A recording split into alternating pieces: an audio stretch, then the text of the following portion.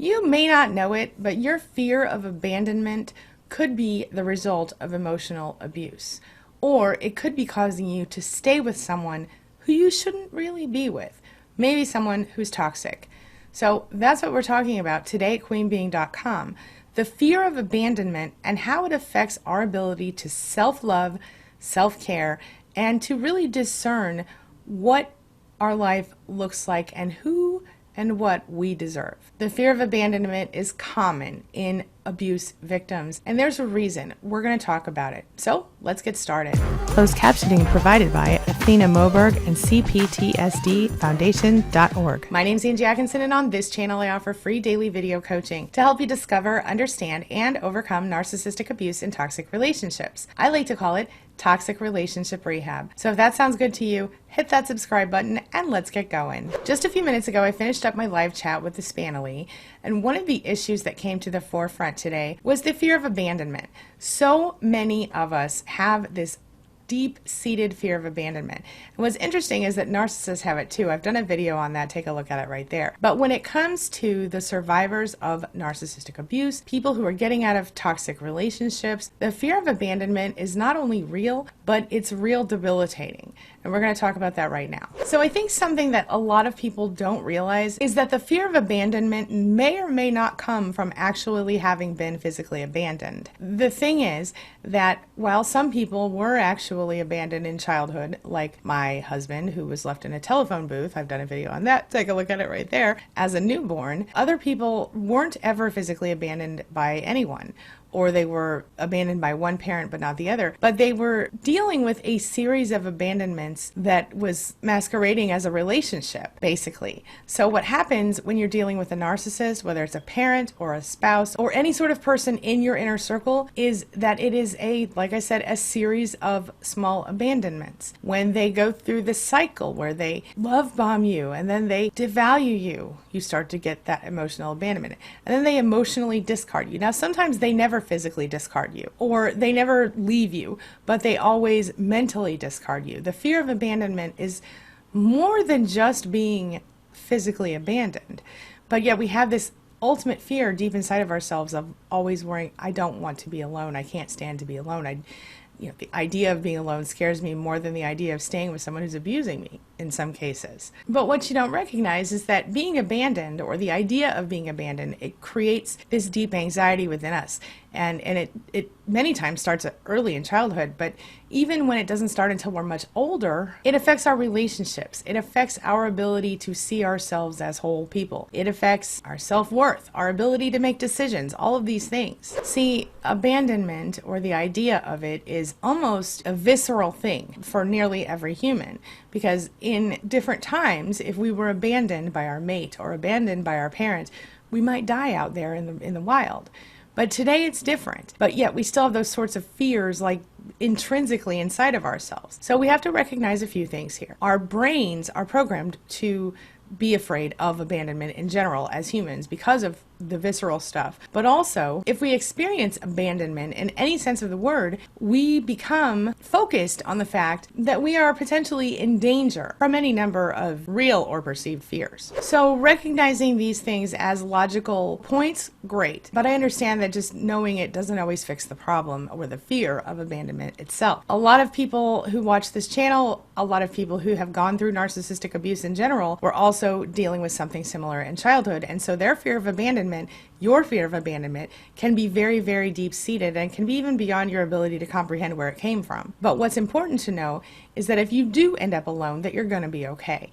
And that alone is a state of mind. Maybe you live in a house by yourself, but you still have support in some way. If nothing else, you've always got your Spanily. Being emotionally abandoned by a parent in childhood can really have a lifelong effect on you. And many narcissistic parents, or toxic parents in general, have this sort of effect on their children. But sometimes even parents who are well-meaning may affect their children this way. What does emotional abandonment look like for kids? Well, when parents stop their kids from expressing themselves or stifle them with, don't be who you are because of this religion or this societal norm or whatever. Or when parents ridicule their children for who they are. Or when parents hold their children to a standard that's ridiculously unmeetable and treat them horribly for never meeting it. Or when parents rely a little too heavily on their children to kind of determine their own self-worth. They live too vicariously through their children.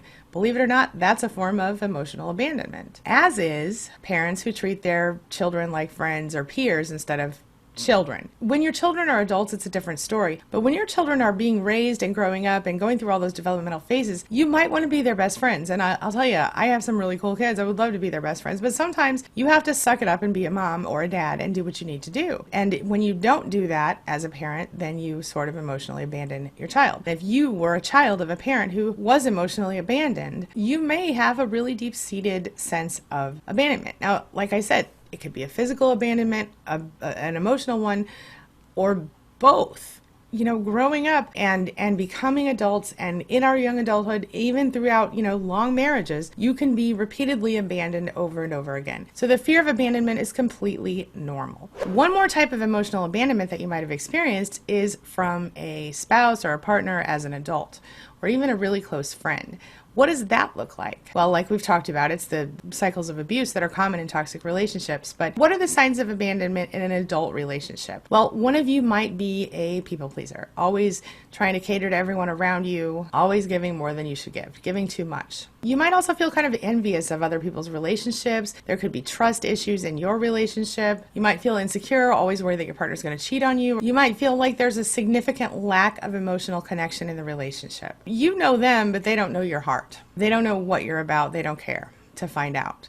Anytime you say to them, why do you love me? They say things like, because you do X, Y, and Z for me, as opposed to because you are X, Y, and Z. It's always about what you do for them instead of you. In emotional abandonment in adult relationships, one partner almost always controls the other partner, and you might feel like you're settling for a relationship that is, let's say, less than satisfactory. Does any of that sound familiar to you?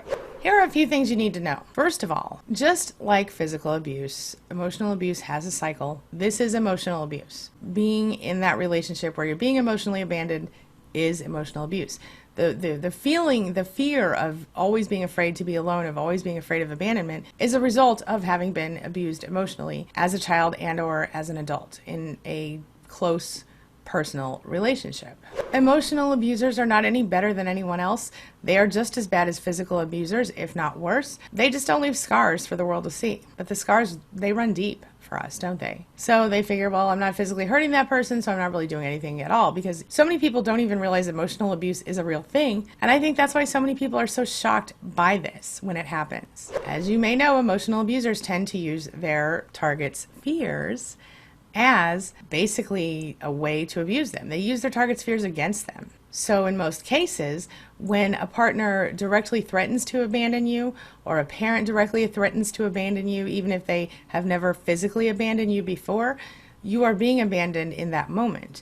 And they use this fear of abandonment as a way to control you and keep you in check. And so if you don't work through that and get past it, then you are going to find yourself accepting and settling for things that you don't deserve, things that aren't good enough for you. In order to feel truly like you are with someone that you want to be with, you need to not need to be with them.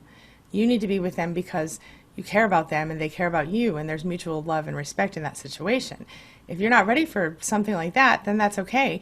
You've got time. You don't have to rush into anything. Getting through emotional abuse is very difficult and painful. Since a lot of us already have abandonment issues, it's really easy for abusers to keep us in check and keep us in place by continually doing these little mini abandonments over and over again to us. And then threatening to abandon us is almost, in some ways, the ultimate control that a narcissist can have. And they will use it to overstep every boundary you have and to keep you in check. In addition to having been emotionally abused, you have that basic human factor, like I mentioned, in that you are wired to want to be connected to people. So what you have to know is that your brain kind of works against you in these situations. Because when you really feel threatened by abandonment, by being alone when you're not supposed to be, or you don't expect to be, or you don't want to be, something happens to your body and your brain. Certain neurotransmitters and hormones are released, like cortisol and adrenaline, and because you're not connecting with them emotionally or in any other major way, that feel-good, we've connected and bonded hormone, oxytocin,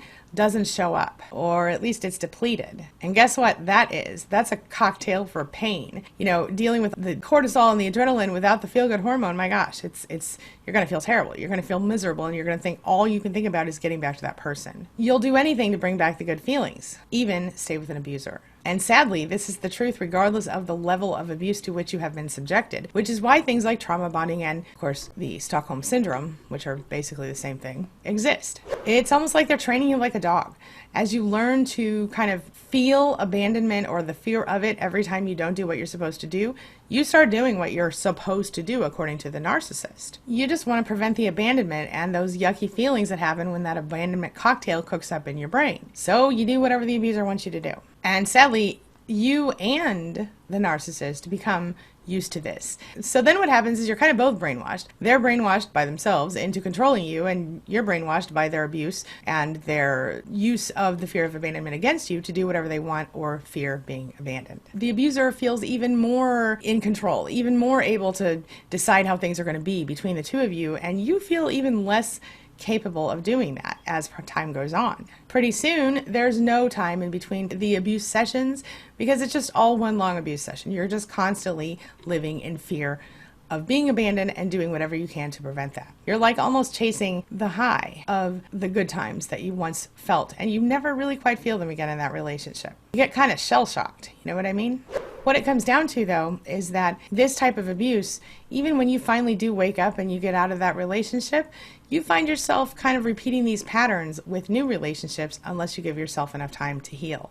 So, for example, the person we were talking to in our chat this morning was saying that he just felt terrible because someone he really cared about had kind of left him by the wayside. He was a new person he was dating, and he really liked this person, but then the person kind of at the last minute pulled out and said, you know what, never mind. Well, it turned out that she hadn't responded very quickly to some of his concerns or some of his attempts to contact, and that worried him, and so he kind of freaked out a little bit, and then she decided that she didn't want to be with him. And, we can all understand that, but at the same time, we can also understand how this person felt when he's felt so rejected and so abandoned by so many people. And so as I'm doing this video, you know who you are.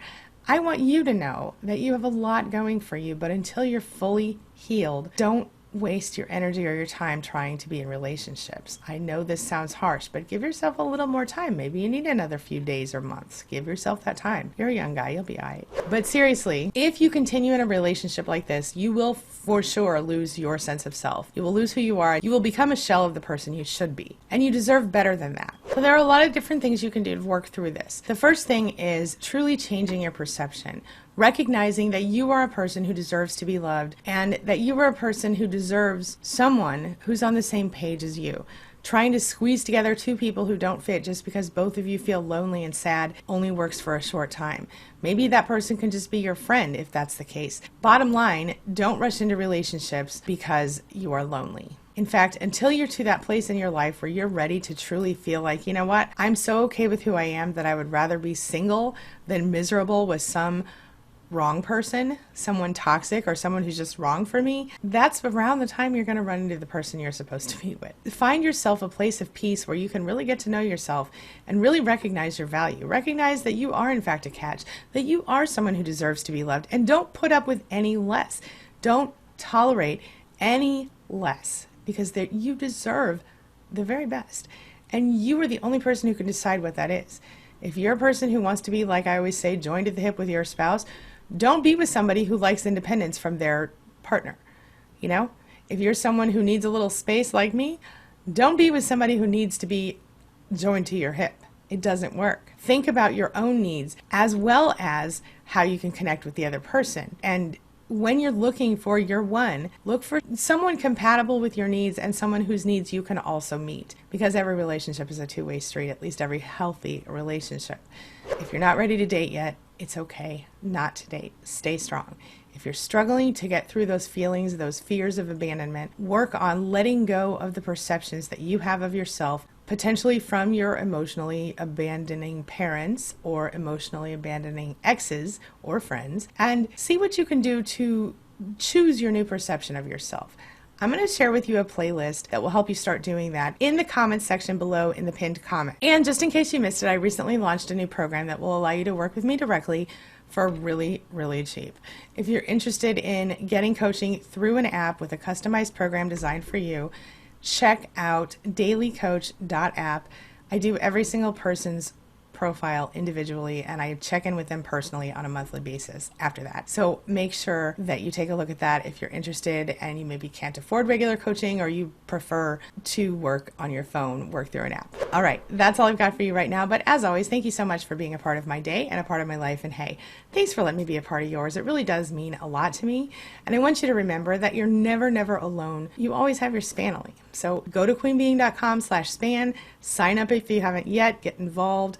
Lots of different ways you can recover for nothing over at queenbeing.com. All right? And of course, this channel is completely free. So I'm wrapping up. Oh, but before I go, make sure you take a look at the videos I'm leaving for you right here and right here.